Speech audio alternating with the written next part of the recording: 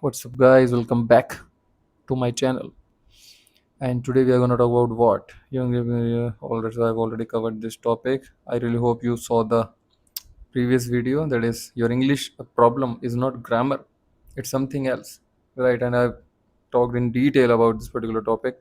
Now, the next topic for today is, as I jotted down all the titles in this sheet of my Google sheet, right? Where I maintained the titles for each and every single video. The hidden cost of poor English communication in your career. The hidden cost of poor English communication in your career. All right, so what I understand of this title is, and it's a very important title, the hidden cost of poor English communication in your career. See, the thing is, it's a very important video. It is a very important topic, trust me.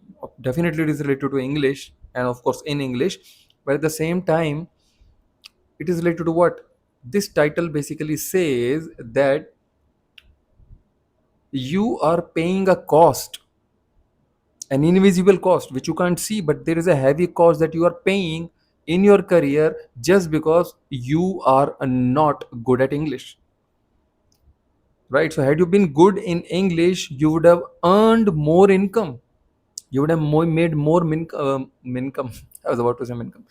You would have been able to make more income, more money, just because of your English speaking skills. Because see, we all know that in businesses, in companies, in your jobs and everything, if you can speak good English, if your understanding about English is good, then generally you do well in interviews, you get better jobs, and even while being in jobs, let's say, if you have to communicate with clients or customers, right, or even with your colleagues, subordinates, and your superiors and everything, if you can communicate in English well, you get better promotions, you are able to perform better in your job, you clear interviews, right? Because see, of course, in jobs nowadays, even if there is a basic job, by basic job I mean to say, even let's say if there is an MNC, right? Because English can definitely lead you to get jobs in MNCs easily. Definitely the skill required is also a prerequisite. That skill is definitely a prerequisite, but English along with that, increases your chances so high. Because see, in the workspace, you have to speak in English only most of the times, right? And if you speak in English, then you, of course, you look better and stuff like that. Many times, when you have to do client handling and anything, if you're in sales or anything, so many times you come across people who just understand English only, who can speak in English only, right? So if you have got good skills of English, then you can definitely communicate with them, you can close deals and whatnot. There are so many professions, where English definitely helps us a lot. uh, I started to think something about something else, uh, and I really don't want to focus on that thing. It is something personal, and I just don't want to think about that. It's something related to relationship. This relationship thing is something, that just ruins your mind. If your relationship is not going good, or there are problems or something, especially when you have not done anything wrong, but at the same time you value the other person as well, that's where the problems start to appear, at least in your head. And if you are a good human being, I mean, of course everybody is good in their own terms, in their own head. What I mean to say is, if you are a soft person, if you have got a soft heart, and you care too much, you value too much, you care even the very tiny of the things, you value even the tiny of the things, that the other people or the other person that whom you care about has done for you, even if you've gotten not so good treatment by them most of the times, but even they're tiny of the things, if they have done something good to you, so you think a lot. Maybe the other person doesn't give a damn about the good things or most of the good things that you have done for them. Rather they pick out the things that you were not good at, or you made tiny of the mistakes or something, and they continuously talk about that thing, and they make you feel small and everything, but you are not that person. So then it feels so bad. All right, so this video is not about relationship and everything. Yeah, so hidden cost. uh, If I go with the basics, if you have got very good English skills or good English skills, you get better jobs. You can get better, into better courses. You can get into better colleges. You can qualify for better entrance exams and for better colleges, of course, because nowadays we all know that all the best of the courses in the industry generally are in English only, right? You can move to abroad easily. If you have got good English skills, you can clear IELTS easily. If you have got good English speaking skills, good in English understanding skills overall, right? What else? You can leave a good impression, among your peers, among your colleagues, among your bosses and all, in the job market, in your business, right? In your whatever profession you are, whether you are a sole entrepreneur, sole proprietor, I'm sorry, or you are an entrepreneur, or whatever it is, right? So English helps you everywhere, all these things. Not literally everywhere, but in most of the things, English definitely help you a lot. You can read best of the books and learn significant things out of those books, and apply directly in your life, and see significant changes in your life while applying those things.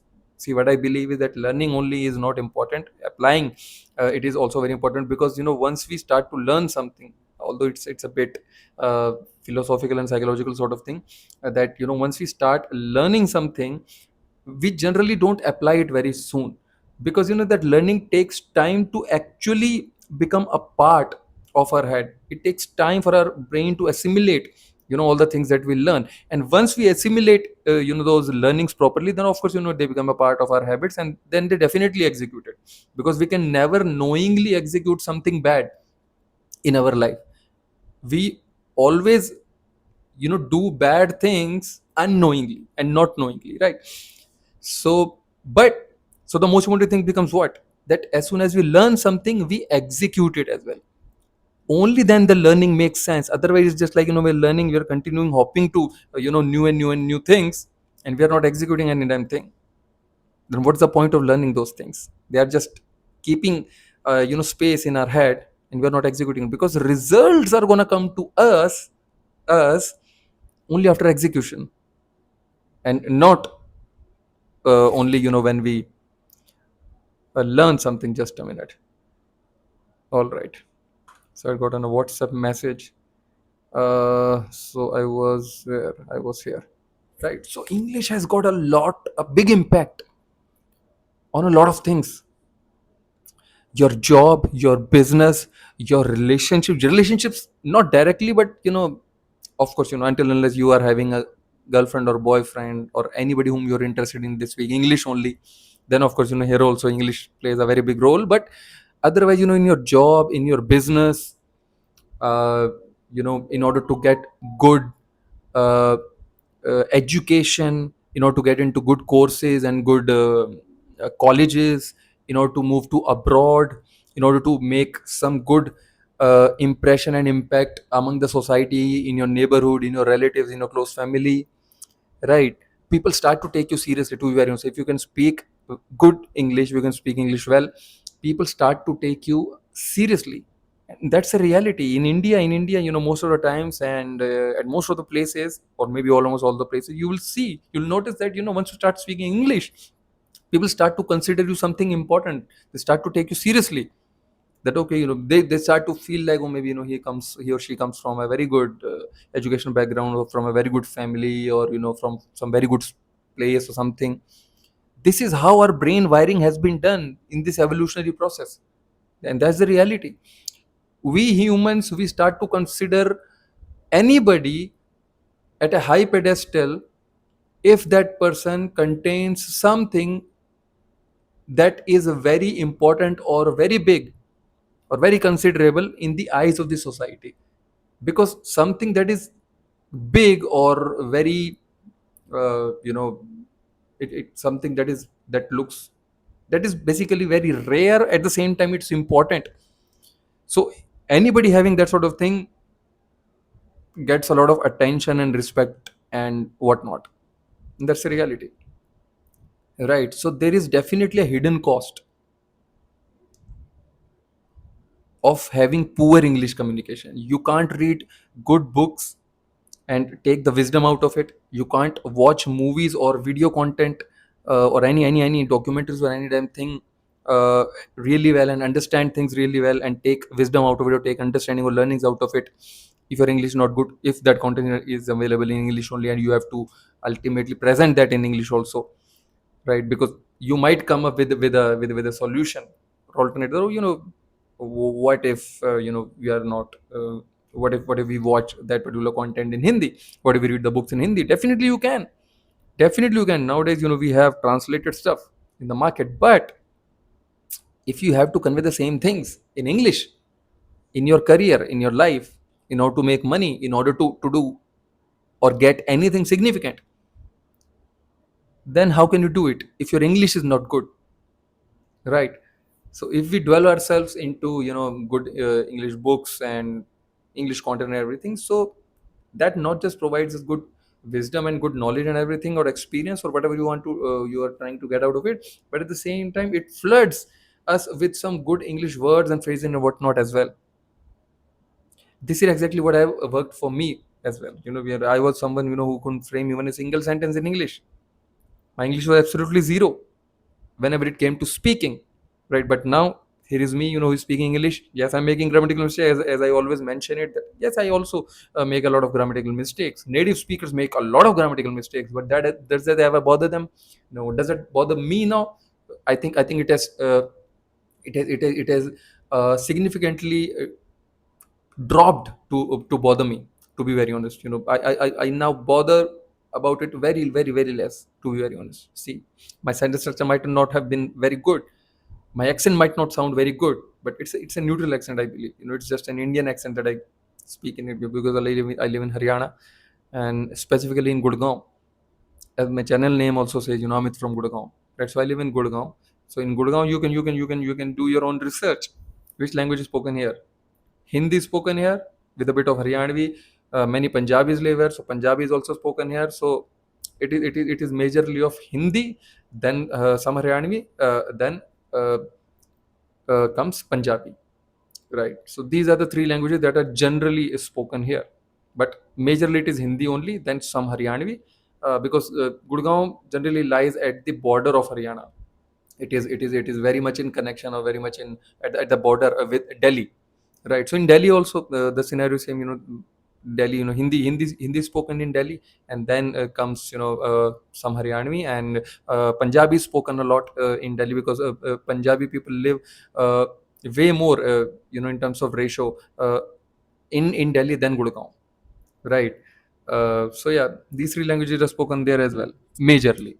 But again, major language is Hindi only. I sometimes elaborate a lot, and sometimes speak a lot. Speak, of course, I speak a lot, but sometimes speak a lot fast as well. And that's where I think what I personally feel is that whatever is in my mind, I should say it quickly, because if I speak it slowly, then I get into this grammatical thing that okay, I should frame this sentence like this, or this should be the most appropriate word or something. And what happens is that, definitely I'll be able to frame proper, and not proper but better sentences than speaking fast.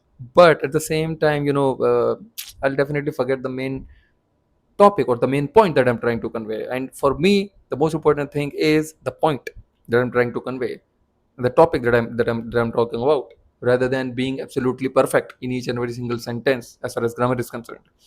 Right. I earlier used to think like this, and I earlier definitely made a lot of mistakes.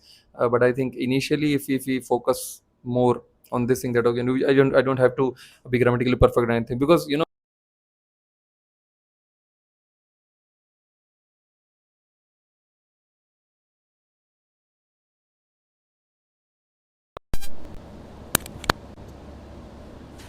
just a minute, guys.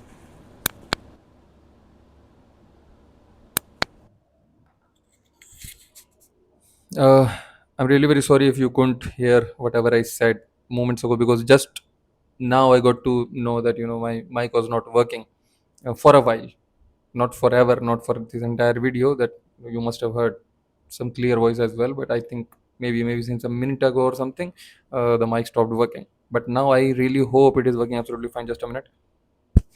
Yeah. So what the hell I was talking about? uh, I really forgot the meaning. Yeah, so maybe I was talking about this thing that uh, being grammatically perfect uh, is something which we can leave, as far as as long as we are not able, as long as we are not trying or attempting to clear any English grammar exam or something, or test or something. Other than that, I think we should be absolutely fine with just speaking in English communication. If you have got good communication skills, good English communication skills to be specific, definitely you have got a lot of opportunities. It's just that you just have to capitalize on them, because still there are very less number of people who can speak good English or very good English. Trust me, that's a reality. We are definitely surrounded by a lot of English today, but still when it comes to speaking and comprehending English well, still there are very less number of people. Even in India, we generally give a lot of shit, a lot of, I'm sorry for using this word. We give a lot of importance or attention to English. That's a very good thing, but still, the ground reality is that on ground, the actual execution, if I talk about, very less number of people. Maybe it might be somewhere around 3-4% or 5%, maybe 3-4% or 5%. Maybe it is 5%. I don't know. 5% of the people out of the entire population of India can speak fluent English, absolutely fluent English, where they are not bothered about any damn thing related to English. They can speak with anybody, anywhere they want, about any damn thing they want, right? And whenever they want, they have got that level of English speaking skills and comprehension as well, right? And I personally feel is that with good practice and consistent practice, I think we can achieve any damn thing in this life, in this world. English is just a language, and which is already been spoken by billions of people, not just millions. At least 1 or 2 billion people must be speaking in English on this entire planet. The population is maybe somewhere around 8.5 billion or maybe 9 billion. I don't exactly remember. I'm not even uh, aware of it, but last time that I heard was, it was, I guess, 8 billion or something. And I think the population is increasing, because it is increasing significantly, and with good amount of speed, I think. Rapidly, I should say, not good amount of speed. See, that's the vocabulary usage. Rapidly, saying good amount of speed or very fast. Rapidly, right? So because the population is increasing rapidly and significantly, with a big number as well. Okay, if something is increasing rapidly, it is increasing big in number only, right? So why are you saying like this? See, this is how I speak with myself, just the way I was doing it. So at least 1 or maybe 2 billion people. I think it is at least maybe 1 billion for sure. There is no doubt about it. 1 billion. 1 billion is how much? Thousand millions, if I'm not mistaken. If thousand millions of people are already speaking a language, then definitely it is not something that is very important. It simply means that one out of every 8 or 9 people is able to do something easily, like the back of their hand. So that thing definitely is not a very difficult thing, right? And it is not even a thing that those 1 billion people have tried to speak or to do. No, it just happened because they stayed in a particular environment and they just learned that thing, just like we learn Hindi, or you learn whatever your first language. It might be Hindi or any other regional language or whatever language you have, right? So it is not even a competition that, okay, only 1 out of 7 people can do it, or 1 out of 8 or 9 people can only do it. No, it's not even a competition. Had it been a competition, the entire globe, all the people on our planet could speak this language. They can definitely speak this language. I am speaking this language. I have definitely gone too far since the day I started, since the level I had. Now my level is pretty different. Definitely, it is not a very good level. Definitely, it is maybe not even a good level. Yes, I don't have good English speaking skills. I think I have got some fair enough level of English speaking skills. I can understand, I can speak, I can be a part of conversation, at least of basic conversations, or about basic topic, or at least about the topics that I understand well. But improvement is there. That's what I'm trying to say. And let me see how long I'm into this video. I'm already 20 minutes in this video and I didn't even realize it, to be very honest. I think I was too much into this topic. Maybe I enjoyed this topic a lot. But yes, the bottom line is that We uh, we are definitely losing. There is a hidden cost of poor English communication skills. If you have got good English communication skills, you will definitely make more money than a person. Specifically, I'm talking about India and many other countries, but because I belong to India, so I can talk majorly about India only. If you are living in India and if you have got good English communication skills, trust me, you will any day make more money than the other person who speaks Hindi or any other regional language, if you guys are doing the same thing and if you are at the same level. Generally, exceptions might be there, so don't please come up with the exception. Please don't come up with exceptions. Exceptions are always there, but generally you guys also know that, if somebody speaks English well, and if somebody does not speak English well or doesn't speak at all, how they're treated in the interviews, how they're treated in the business world, among their peers, among the society, in their relatives, even in their family and whatnot. Because English definitely opens a lot of doors and a lot of opportunities. I'm done with this video, guys. I really hope this topic and this whatever experience that I've shared was helpful for you. If you guys want to have a conversation with me, if you guys want to practice speaking English with me, uh, you can definitely check out the link. The same links are in the description and in the pinned comments. And nothing else. If you want to leave a comment, if you want to say anything, please leave a comment. I will see you in the next video. Thank you so much. Bye.